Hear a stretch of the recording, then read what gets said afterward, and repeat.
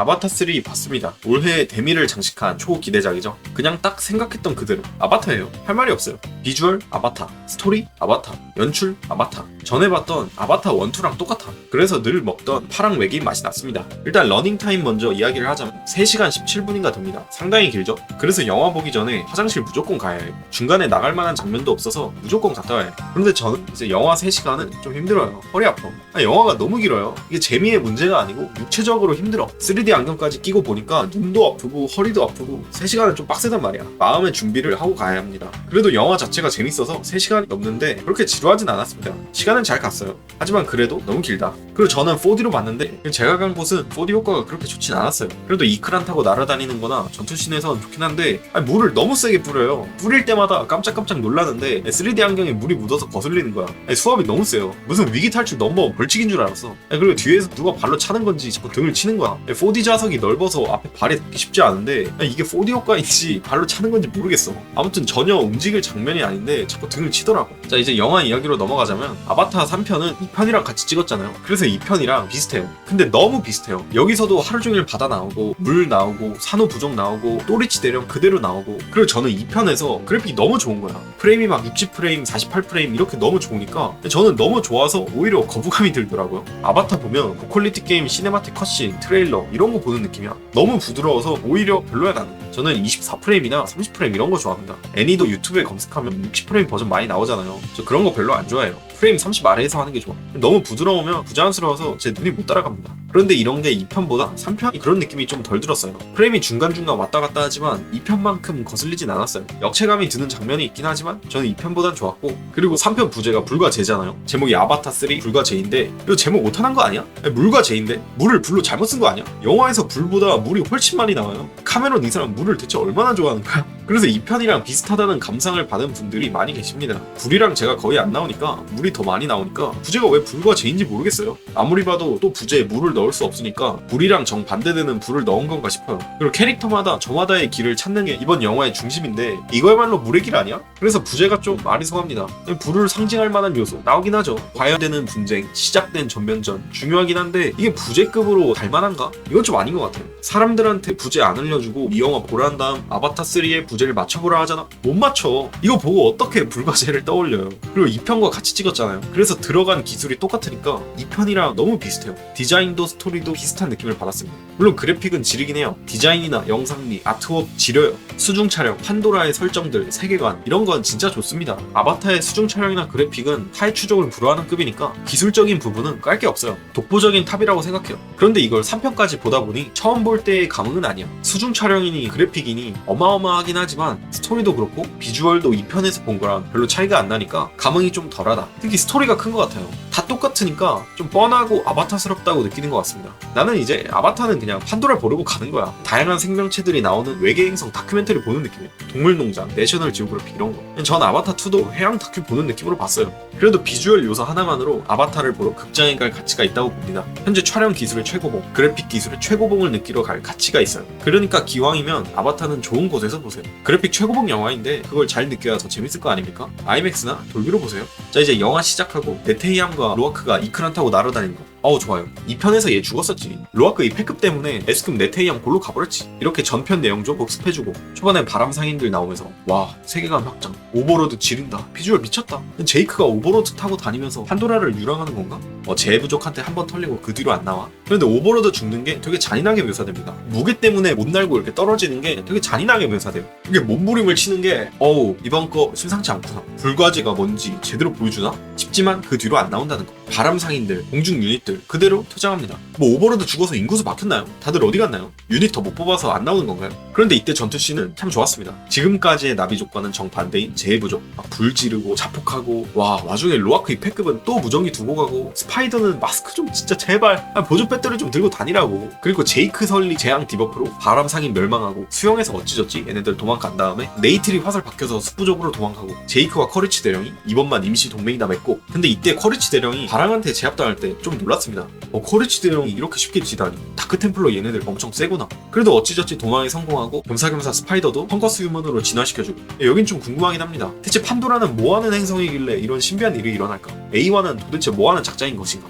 스토리가 기대가 됩니다. 그렇게 다시 산호 부족으로 돌아와서 이 부족에 또다시 재앙을 뿌리러 오는데요. 이제 3편까지 봤으면 1편의 숲부족보다 산호 부족을 더 많이 봤어요. 그래서 2편이랑 비슷한 느낌을 더 받는다는 거. 그리고 제 부족 얘네 설정도 좀 아쉬운 게 에이와한테 버림받아서 불을 숭배하는 부족, 나비의 법칙들 다 무시하고 약탈하고 자연 파괴하고, 그런데 대체 왜 잿더미 위에서 사는 건가요? 가만 보면 종교적인 이유로 사서 고생을 하는 친구들입니다. 여기 사실상 절이에요. 고행하고 돛 닦는 곳이야. 약탈하는 부족이잖아요. 물자도 다 털고 심장도 털고 다니고. 그럼 그냥 숲도 약탈해서 양지 바른 곳에서 더 편하게 살면 되는 거 아닌가? 아니, 굳이 힘들게 아무것도 없는 잿더미 위에서 살아요. 마인드셋이 대단한 놈들이야. 우리가 농사도 못 짓고 먹을 것도 없는 잿더미 위에서 배고프게 살아 날카로운 신경을 기르고 야망을 길러서 약탈을 더 잘할 수 있게 만든다. 뭐 이런 생각인 건가? 스스로 고행 쌓는 친구들이죠. 그리고 망칸족이 뭔가 잉카 문명이나 아프리카 부족 느낌이 더 진하게 나죠. 뭐 아즈텍 이런 쪽, 나비족이 다 그렇지만 그 중에서도 더 그쪽 느낌이 나잖아. 뼈로 된 작식물들이나 제사 의식 이런 거. 그래서 되게 매력 있단 말이야. 불 쏘는 것도 그렇고 다른 나비족처럼 자연을 생각하면서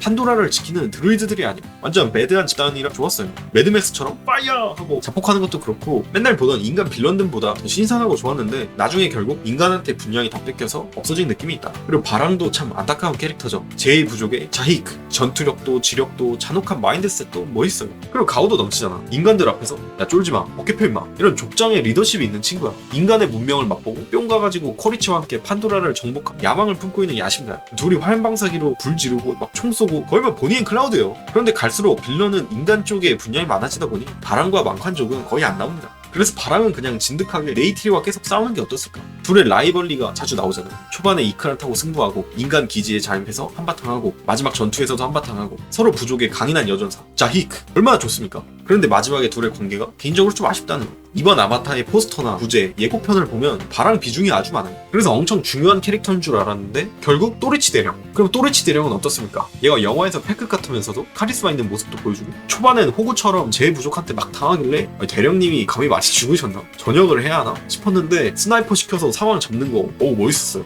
와 의심해서 죄송합니다 대령님. 다 생각이 있으시군요. 그런데 커리치가 다 생각이 있었구나. 아직 안 죽었구나 싶을 때 또다시 의심하게 만들어요. 커리치가 보약 먹고 정신을 못 차리는 거야. 바랑에 손바닥 환술 걸리길래 아니 대령님 이러면 제가 대체 어느 장단에 맞춰야 하는 겁니까? 스나이퍼로 기껏 가오 잡아놓고 환술을 당하시면 제가 어떻게 받아들여야 돼요? 저는 커리치가 진짜 마탱이가 갈 줄 알았거든요. 그런데 아니더라. 자연스럽게 바랑 야망을 캐치해서 오히려 자기가 우위로 올라가는 모습. 그래서 커리치는 예측을 못하겠어. 환술을 극복하고 오히려 바랑 위 포지션으로 올라가는. 대령님 또 의심해서 죄송합니다. 그런데 저는 바람과의 관계가 그저 인간을 위해서 대령님이 동업자를 구한 줄 알았는데 갑자기 바람과 동침을 하면서 많은 변화가 생겨요. 와 인간의 자존심 코리치 대령님도 사실 이상성역자였구나. 제이크만 파란 외계인에 넘어간 게 아니라 코리치마저 넘어가는구나. 이쯤 되면 아바타에서 메린 여기 이상성역 집단인가요? 제이크부터 코리치까지 파랑 외계인의 매력에 훌라당 넘어가 버려요. 코리치가 바람한테 자기야라고 하는 거 보고 진짜 경악을 금치 못했습니다. 나한텐 이게 아바타3에서 가장 반전이었어. 코리치가 나비족이랑 연애를 하고 군복을 벗고 제 부족 화장을 하고 다니는 게 이번 영화에서 제일 예상 못할 반전이었어요. 어쩌다 코리치가 이렇게 된 것인가? 나비족으로 환생하더니 점점 나비족이 되는 것인가? 아니 대령님 이게 뭡니까 진짜? 그런데 솔직히 바람 좀 매력적이긴 해요. 얼굴이 좀 예쁩니다. 그리고 나비족들이 얼굴 작고 팔다리 길고 키가 커서 모델 체형이라 피지컬이 지려요. 남녀 가릴 것 없이 전부 모델이야. 바랑은 성격과 생긴 게 뭔가 일진 누나 느낌? 불량한 예쁜 일진 누나 스타일. 초S 여왕님 스타일이잖아 바람. 그럼 바람과 강제 교감 후 보약은 좀 참기 힘들긴 하죠. 그런데 그걸 감안해도 아바타 이거 완전 이상성형 영화입니다. 제이크, 코리치 얘는 적어도 나비족끼리인데 야 키리랑 스파이더 얘네는 인간 나비 커플이야. 정말 대단합니다. 키가 거의 2배예요. 스파이더랑 키리는 나중에 아바타 베스트 커플상 타길 바라겠고요. 그리고 기왕 이렇게 된 거 나비족 중에서 누가 제일 예쁘냐? 바랑, 네이티리, 치히레야 얘네 중에서 저는 치히레야가 가장 예쁘다 봅니다. 뭔가 카리나 닮지 않았나요? 느낌 좀 있지 않나? 치히레야도 살짝 뱀상이라 카리나 느낌이 있는데 그래서 나비 카리나, 치히레야가 나비족 중에서 제일 예쁘고요. 바랑은 화장빨이 좀 심해요. 예쁘긴 한데 화장 지우면 좀 심각해져. 대머리야 대머리. 리버스 모이칸 컷은 좀 받아들이기 힘들죠. 바랑은 항상 화장하고 다녀요. 그렇기 때문에 바랑보단 네이티리가 더 예쁘지 않나. 네이티리는 딱 정석 나비족. 그리고 키리는 불쾌한 골짜기가 좀 있습니다. 아바타 출신이라 헤어스타일부터 생긴 게 묘하게 다르기 때문에 얘보단 네이티리가 훨씬 예쁘고요. 자 다시 영화로 돌아가자면 산호 부족에 쳐들어온 인간 나비 연합에 소이탄 맞고 막 제이크가 결국 잡혀가잖아요. 제이크 그냥 재앙크야. 걸어다니는 재앙. 아니 날아다니는 재앙이야. 어디든 날아다니면서 자기가 간 곳 다 초토하고 다녀. 그런데 그게 피아식별 구분 없이 다 터뜨려. 인간일 땐 인간 터뜨리고, 나비족일 땐 나비 터뜨리고, 숲의 부족일 땐 숲의 부족 터뜨리고, 산호 부족일 땐 산호 부족 터뜨리고, 내 상대편도 다 터뜨리고, 그냥 재앙크 설리, 재앙 그 자체입니다. 심지어 족장인데 패급이라 하는 판단, 선택 모두 망해. 최악의 족장입니다. 그런데 심지어 가장으로서의 역할도 제대로 못해. 뭐 상황이 너무 힘들긴 하죠. 제이크가 처해 있는 상황이 난이도가 너무 높긴 합니다. 그런데 네이티리도 못 챙기고, 로아크도 못 챙기고, 부족도 못 챙기고, 종족도 못 챙기고, 능력이 좀 부족한 주인공입니다. 성장형이에요. 그런데 제앙크가 왜 이렇게 머리가 나쁜지 아시나요? 그건 제이크의 부족한 머리로 일어난 일을 항상 압도적인 피지컬로 해결해서 지력의 필요성을 못 느끼는 거야. 제이크의 판단으로 뭔가 트러블이 일어나면 제이크가 그냥 몸으로 다 좁히고 해결해요. 부족한 지력을 무력이 다 커버해줘. 머리가 나쁘면 몸이 고생한다고 하잖아요. 그 케이스입니다. 그런데 몸이 너무 좋아서 머리를 안 쓰고 몸으로 항상 때우는 거야. 이마가 패급이지만 싸움은 또 오질나게 잘해요. 괜히 토르크막토가 아니야. 다 패고 다녀. 인간도 다 이기고 나비족도 다 이기고 싸움은 더럽게 잘해. 그냥 힘센 바보 같은 거야 제이크. 얘는 장군이 아니라 돌격대장 뭐 이런 거 해야 하는 놈인데 사람으로 치면 연포입니다.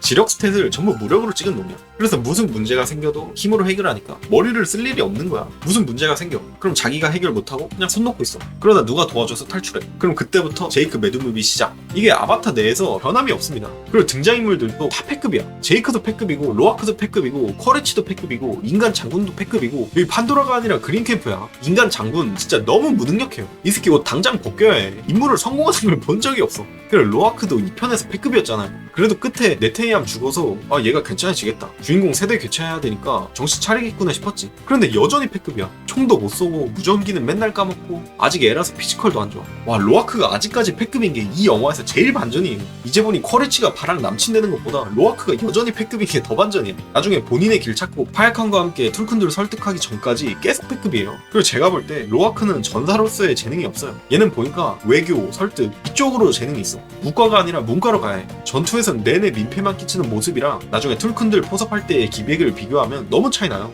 그리고 도망칠 때나 판단 같은 걸 보면 얘가 그래도 뇌지컬은 괜찮아. 로아크는 전사가 체질이 안 맞아요. 무전기 맨날 까먹고 담력도 약하고 활도 못 쏴, 총도 못 쏴. 얘는 현장이 아니라 사무 쪽으로 갈 인지야. 그리고 로아크가 제 친구랑 너무 비슷하게 생겨서 보는데 웃겨서 집중이 잘 안 돼요. 그 친구랑 얼굴도 비슷한데 키 크고 마르고 팔다리도 긴 게 너무 똑같아. 특징이 하나만 닮으면 몰라. 얼굴이랑 체형이 둘 다 비슷하니까 로아크 얼굴 보면 자꾸 웃음이 나와. 그리고 등장인물 얘기를 더 하자면 제가 영화 보면서 제일 불쌍하다고 느낀 놈이 네이티리. 인마가 아바타에서 제일 이해가 가는 놈. 아 숲의 부족의 용맹한 차이크에서 남자 잘못 만나서 이게 뭐야. 부족도 떠나고 자식도 죽고 이젠 종족마저 다 죽게 생겼네. 그런데 그 와중에 제이크가 하는 말은 다 들어주고 다른 부족 앞에서 남편이라고 가오도 살려주고 제이크 잡혀가면 혼자 구해주고 숲의 부족 지원도 불러주고 통나무를 얼마나 들어야 하는 겁니까. 네이티리가 용맹한 전사로서의 모습을 점점 잃어가는 게 참 안타까워요. 그리고 바랑이랑 네이티리가 라이벌리 관계잖아요. 그런데 막상 시원하게 결판이 안 나. 인간 기지 침투해서 서로 놓치고 나중에 인질 잡혀서 고문 당하고 그러다 바랑은 키리가 딸깍해서 컷. 드루이드 각성한 키리 이거 못 막습니다. 바랑 한 번에 제압하고. 그래서 둘의 싸움이 결차가 안 난 게 좀 아쉽습니다. 자 다시 스토리로 넘어오자면 제이크 탈출시키고 영화 마지막에 전쟁이 일어나는 부분. 그래 아바타 스토리가 그렇지 뭐 내용은 정말 뻔해요. 아바타는 스토리가 변함이 없습니다. 아바타 1, 2, 3의 차이가 어느 정도냐면 돈가스를 먹을 때 소스를 뿌려 먹을 것인지 소금을 찍어 먹을 것인지 와사비를 올려 먹을 것인지 거의 이 정도 차이예요. 하다못해 치즈 돈가스냐 안심 돈가스냐 등심 돈가스냐 이 차이보다 더 적어. 마지막 전투에서 초반에 호기롭게 나비족이 이겨. 캐릭터 하나씩 슬로우 넣어서 막 창 던지는 거 나오고 타고 다니는 동물들이 낚아채는 거. 그러다 나중에 주인공 측이 밀리면서 캐릭터들 슬로우 넣으면서 하나씩 당하는 거. 이거 1편부터 3편까지 현한 적이 없습니다. 뭐 이런 영화의 연출이랑 문법이 있으니까 같은 구도가 나올 수밖에 없긴 한데 3편에서 캐릭터도 늘어나니까 슬로우 걸면서 쓰러지는 게 너무 많이 나와요. 모든 캐릭터를 이렇게 슬로우를 다 걸어. 거의 프랭클린이야. 내가 아바타에서 감명 깊게 본 슬로우는 1편에서 쯔떼이랑 2편에 네테이안밖에 없어. 3편에서 뭐 산호부족 차이크 작살 맞고 아오능 죽고 아오능은 솔직히 죽어서 좀 꼬시긴 해. 특히 2편에서 로아크 죽이려 했잖아. 그래도 토르크막토 아들인데 죽이려 하잖아. 특히 미친놈 아니야. 그리고 아바타가 굉장히 편의적으로 진행됩니다. 전개도 다 똑같아요. 납치, 구출, 납치, 구출, 납치, 구출. 이거 반복이 너무 심해. 사실상 카스야. 인질 구출을 2편부터 계속해. 제이크 가족이 인질로 잡혀. 그거 구출해. 그런데 이번에 네이트리가 인질로 잡혀. 그것도 구출해. 그런데 이번에 스파이더가 인질로 잡혀. 적당히 해야 할 거 아니에요. 피치공주세요? 납치를 하루 종일 당해요. 이거 2편에서 달라진 게 하나도 없습니다. 납치 구출 패턴이 너무 심해요. 그런데 구출의 모든 전개가 대충 넘어가는 느낌이야. A한테 위기가 생겼어. 그런데 그때 마침 운 좋게 B가 있어서 위기를 극복해. A는 B가 도와주러 올 거라는 걸 몰라 심지어. B가 없으면 죽었어. 그런데 A는 그냥 이를 지 혼자 전부 강행해. A는 원래대로라면 죽어야 하는데 정말 운이 좋게 B가 도와주러 와서 살았어. 로아크도 제이크도 전부 이 모양이야. 망판족에게 붙잡혔을 때 탈출할 수 있었던 이유. 마침 코레치가 제이크 잡으러 와서. 이건 그나마 코레치가 둘이 싸우는 거 보고 잡으러 온 거야. 이유가 있거든요. 그런데 로아크 혼자 파이칸 만나러 가서 오징어한테 죽을 뻔했는데 산 이유? 뒤에 로아크 모르게 산호 부족이 따라오고 있어서. 제이크가 인간 기지에서 탈출할 수 있었던 이유? 해양학자가 마침 불도저 타고 나타나서. 여기서 로아크랑 제이크는 얘네가 도와주러 온다는 사실을 몰라요. 근데 이를 대책 없이 강해해서 실패. 죽을 위기에 처했어. 그냥 죽으면 죽는 거지. 뭐 이런 식인 거예요. 뭔 생각으로 이를 그냥 강행하는지 모르겠어요. 그리고 그 과정도 그냥 넘어간다는 거. 굉장히 편의적입니다. 아니 네이트리가 단신으로 인간 기지를 개박살내요. 그런데 불화살 맞으면 건물이 펑펑 터지는 곳에서 네이트리 쫓아가는 망판족이 RPG를 막 갈겨. 얘네는 뭐 엑스맨인가요? 기지 다 부수겠어요. 그리고 네이트리가 혼자 인간 기지 침입하는 거. 여기까진 뭐 이직 장치를 가져왔으니 들어가는 건 쉽겠구나 라서 오케이야. 잘 속였구나. 그런데 바랑 안 죽이고 정복해다가 그게 역관광 당해. 아바타가 납치 구출 패턴이라 인질로 잡히는 경우가 정말 많은데 이거 전부 다 반격당해요. 도대체 이럴 거면 인질을 왜 잡는지 모르겠어요. 그 중에서도 바랑은 잡혔을 때 역관광 1티어야. 몸에 몰래 칼라 연결해서 제압하기 1티어. 아무튼 어떻게 네이트리 또 도망쳐. 네이트리가 전투력이 높아서 어떻게 도망 성공해. 네이트리도 살짝 제이크 과죠. 둘 다 지력은 없는데 무력으로 다 해결해. 혼자서 기지 다 부수고 다녀. 이때 제이크 도와주러 해양학자 나오는 거? 오케이. 딱 봐도 배신할 것 같았어. 그리고 스파이더? 얘도 탈출할 것 같았어. 그런데 스파이더가 나와서 헬기가 사격을 못해요. 이것도 뭐 오케이. 그럴 수 있지. 중요하니까. 그런데 마지막에 네이트리가 이크란 타고 유유히 나가는 건 뭡니까 진짜. 아니 여기 개패크 부대인가요? 들어올 때 네이트리인 거 몰랐으니까 그래. 그런데 나갈 때는 왜 못 잡나요 대체? 얘네 목적이 탈출이 목적이지 기지 초토화가 아니잖아. 그럼 결국 기지를 나갈 거 아니야. 그럼 인간 쪽은 기지 밖으로 나가는 이크란만 찾으면 되는 거 아닌가? 헬기가 스파이더 쫓고 있을 때 제 부족들이랑 다른 병력들 기지 밖에서 기다리면 되는 거 아니야? 네이트리가 나갈 때 식별기를 가지고 있으면 기지 밖으로 나가는 이크란 한 마리는 네이트리겠구나 하고 막으면 되고, 식별기를 버렸으면 식별기 없는 이크란이 있네? 이거 네이트리다 하면 되는 거고. 너무 쉽게 나오길래 뭔가 했어요. 그리고 그렇게 편의적으로 진행이 되다 보니 뭐지 싶은 부분이 자주 나와요. 나중에 네이트리가 바랑한테 끌려가는데 바로 옆 섬에 제이크랑 로아크가 있어. 그런데 끌려가기 전까지 몰라. 거리가 별로 안 멀거든요. 눈으로 대놓고 보인단 말이야. 뭐 애 낳는 소리랑 둘이 있는 건 처음에 몰랐을 수 있지. 바다라서 소리 안 들리겠지. 그래도 저 멀리서 이크란이 막 착륙하고 날아다니는데 끌려가기 전까지 몰라요. 그리고 쿼리치가 스파이더랑 이크란 타고 도망갈 때 아니 로아크 왜 총을 안 쏴요? 스파이더가 맞을까봐 총을 안 쐈다? 그러면 이크란 쏘면 되는 거 아니야? 이크란 없으면 그 섬 못 나가잖아. 스파이더가 앞을 막고 있어서 쿼리치를 못 맞춰. 그러면 그 밑에 있는 훨씬 큰 이크란 구멍 내면 되는 거 아닌가? 왜 총을 안 쓰지? 그리고 나비족이 너무한 놈들이에요. 말로는 뭐 자연을 보호하며 함께 공존해야 한다 이러거든요. 생물과 교감해야 한다, 판도라와 교감해야 한다 이러면서 자기들이 타고 다니는 동물 하나하나 교감하면서 정말 아끼는 파트너 같은 존재로 나온단 말이야. 그런데 막상 싸울 때 자기 펫이 죽어도 아무런 요동이 없어. 뭐 싸우는 와중에 진실 짜기도 뭐하지만 어떠한 교감이 느껴지는 게 없어요. 그냥 타다 죽잖아? 그럼 바로 다른 애 구해서 타. GTA야 그냥. 차 부서지면 다른 거 타고 가는 거야. 이게 뭔 교감이고 공존입니까? 네이트리랑 로아크 말고 자기 펫을 아끼는 애들이 본 적이 없어요. 네이트리는 자기 이크랑 계속 챙기고 파이칸도 로아크랑 잘 지내고 얘네 말고 그런 묘사가 없어. 그러니까 판도라 동물들이 그냥 포켓몬 같은 거야. 포켓몬도 말로는 우리는 모두 친구 이러고 포켓몬은 신비하고 대단한 존재 이래놓고 뒤에서 사료 먹이면서 싸움 붙이고 몬스터볼로 다 잡아가잖아. 이게 뭐가 친구야? 강제로 잡아가서 싸움 시키는데 이게 뭐가 친구야? 그래서 아바타 펫들도 포켓몬 느낌입니다. 자기 필요할 때만 찾고 그 외에는 안 챙겨줘요. 뭐 전개를 위해 어쩔 순 없긴 한데 이런 부분이 꽤 있습니다. 그래도 마지막 전투씬은 뽕맛 지르긴 해요. 이거 보려고 아바타 보는 거지. 영상미랑 그래픽은 정말 좋아요. 제앙크 설리라고 하지만 이 새끼가 머리는 나빠도 싸움은 잘해서 토르크 막토로 돌아올 때 지르긴 해요. 아, 익숙한 이 느낌. 내 오랜 친구여. 토르크 막토가 부른다. 모든 부족은 응해라. 토르크 우리부터 너무 멋있죠? 아바타는 결국 토르크 나와예요. 제이크도 토르크 막도 되니까 갑자기 너무 멋있어 보여. 아바타 캐릭터 인기 투표하면 토르크가 제이크보다 인기 많을 듯. 그리고 인간이랑 나비족이 전투력 차이가 많이 나잖아요. 최첨단 무기 쓰는 놈들이랑 활이랑 창 들고 덤비는 놈들이랑 어떻게 싸움이 돼? 너무 불리한 거 아니냐? 라는 생각을 하는 분들도 계시는데 그래서 나비족이 지잖아요. 키리가 드로이드 각성하기 전까지 발리잖아. 그래도 인간이랑 나비족이랑 밸런스가 어느 정도 맞는 게 총이랑 활, 창이랑 싸우는 게 너무 오버밸런스다 이렇게 생각이 들잖아요. 그런데 그 활이랑 창을 든 놈들이 키가 3m가 넘는 놈들 놈들이 피지컬이 그냥 인간 4명을 깨부수는 놈들이란 말이야. 심지어 인간은 마스크 없으면 숨을 못 쉬잖아. 그래서 피지컬은 인간이 나비족에 비해 엄청나게 딸려. 워낙 피지컬 차이가 크니까 총이랑 미사일이 있어도 어느 정도 할만해. 이 정도 핸디캡은 있어야지. 그러니까 나중에 제 부족이 다 쓸어먹고 다니잖아. 나비족의 피지컬인데 인간의 기술도 갖추고 있어. 서로의 장점만 모은 높이란 말이야. 이런 대립 요소가 인류 문명이 자연을 정복하는 걸 보여주는 거잖아요. 인간이 부족한 피지컬을 극복하기 위해 여러 도구들과 기술을 사용하는 거. 맨몸으로 싸우면 절대 못 이기는 맘모스나 호랑이 같은 걸 도구로 사냥하는, 피지컬 좋은 야생 동물들을 기술로 사냥하는 인간의 모습이잖아. 나비족은 인류 역사로 치면 맘모스예요. 그래서 무기가 없으면 사냥하지 못한다. 나비족과 인간은 인류의 기술과 문명의 발전 이런 걸 아주 찐하게 보여주는 그런 요소고, 이런 걸 보면 카메론 감독이 하고 싶은 말이 많아 보여요. 그리고 마지막 전투씬 파트가 초반은 아주 좋았거든요. 톨큰들의 공격, 와 진짜 엄청 크다. 그리고 하늘을 가득 메운 이크란 거, 토르크 막도, 야 스케일 지린다, 때깔 지린다. 토르크 막도 너무 멋있는 거야. 이러면서 애들 잡는 거 너무 재밌어. 그런데 망판족 나오고 나비족이 급격하게 밀리잖아요. 이때부터 해가 져서 어두워진단 말이야. 그래서 여기부터 좀 아쉽습니다. 일단 깜깜한 밤에 싸우니까 잘 안 보여요. 분간이 잘 안 돼. 아니 영화관 스크린이 어두운 건지 내 눈이 침침한 건지 잘 안 보여. 아니 뭐 야맹증인 건지 어떻게 싸우는지 잘 안 보여. 난 좀 밝은 곳에서 싸웠으면 좋겠어. 물론 밤의 판도라 모습도 보여주는 거 좋습니다. 다양한 모습 보는 거 좋아요. 그런데 저는 낮의 판도라 모습이 더 좋습니다. 그냥 제 취향이에요. 이런 판타지 요소가 가미된 대자연의 풍경은 나는 낮이 더 좋아. 그리고 그래야 싸우는 게 더 잘 보여. 그리고 밤에 싸우니까 2편이랑 너무 비슷하죠? 2편도 마지막에 불타는 배에서 싸우잖아요. 그때도 잘 안 보였어요. 가뜩이나 스토리도 비슷한데 배경도 비슷하니까 아바타 2랑 3랑 너무 비슷해요. 그래도 차이점을 말하자면 이번 영화는 저마다의 길을 찾는 게 주요 포인트입니다. 각자 저마다의 길을 찾는 성장물이에요. 그래서 제이크, 로아크, 네이티리 이런 애들이 시련을 겪으면서 성장하는 스토리. 초반에 계속 안 좋은 일만 일어나면서 시련을 겪다가 제이크가 자신의 길을 찾으면서 우리 더 이상 참지 않고 싸운다, 노모어 블러드를 계속 유지하다. 이 새끼들 말로 해서 안 되겠네. 내 성격 까먹었나 보네.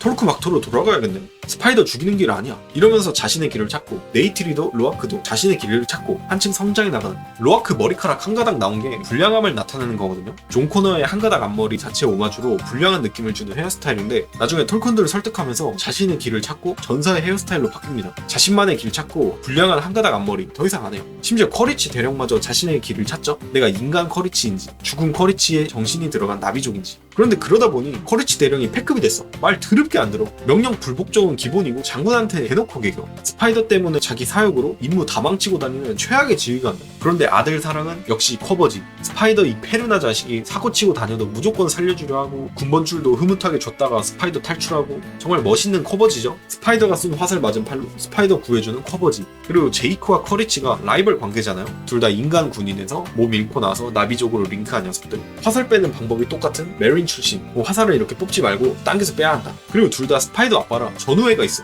스파이더의 생물학적 아빠랑 정서적인 아빠. 그래서 둘이 합쳐서 스파이더 구해주고 전우애 다지잖아.